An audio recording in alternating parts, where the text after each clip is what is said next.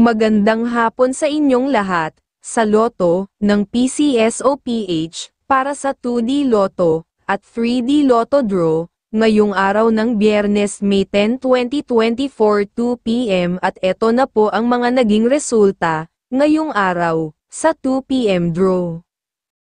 Para sa 2D Lotto, 2 p.m. draw ngayong araw ng Biyernes, May 10, 2024, ang mga lumabas na numero ay number 31 at number 16 in exact order. Para sa 3D Lotto, 2 p.m. draw ngayong araw ng Biyernes, May 10, 2024, ang mga lumabas na numero ay number 2, number 8, at number 9 in exact order. Maraming salamat po sa panonood at mamaya pong muli sa 5 p.m. draw ng 2D Lotto at 3D Lotto.